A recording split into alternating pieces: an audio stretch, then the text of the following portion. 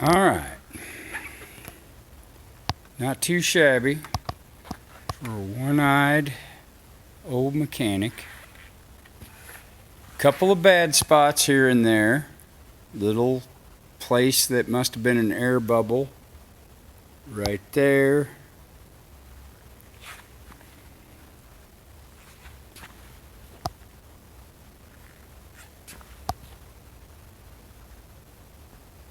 What's crazy is you can't even feel that the way it's sanded out.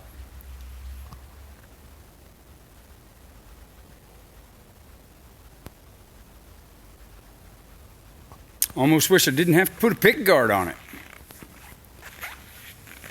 And this is my little blemish that I had to touch up. And you can see where I've made my patch. And I can wet sand that and polish it up tomorrow. And I think we'll be good.